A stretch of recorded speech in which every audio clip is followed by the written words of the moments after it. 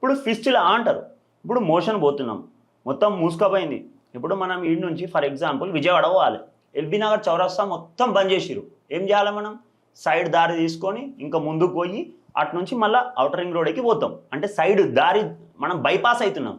So ఇక్కడ motion పోతలేరు, మొత్తం మూసుకపోయింది. అప్పుడు ఏం చేస్తుంది అంటే అది సపరేట్ లోపల ఒక బ్రిడ్జ్ తయారు చేసుకుంటుంది, సైడ్ నుంచి ఒక హోల్ తయారు చేసుకుంటుంది, మోషన్ అల్లకెళ్ళి వస్తుంది. దీన్ని ఫిస్టులా అంటారు. ఈ మూడు ఎందుకు డెవలప్ అవుతాయి? యాబ్స్. ఇంకొకటి ఏమన్నారు మీరు?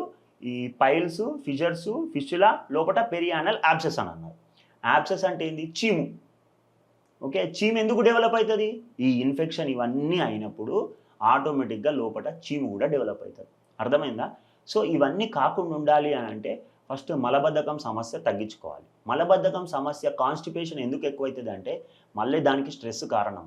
స్ట్రెస్ అయితే ఎప్పుడైతే ఎక్కువ అవుతుందో నిద్ర సరిగా ఉండదు. నిద్ర సరిగా లేకపోతే మెగ్నీషియం తగ్గుతుంది. మెగ్నీషియం తగ్గితే మోషను పెరిస్టాల్టిక్ మూమెంట్ అంటారు. ఇప్పుడు నదిలో నీళ్లు మంచిగా పారాలి అంటే ఏమవుతుంది అంటే నీటుగా ఉంటేనే పారుతుంది.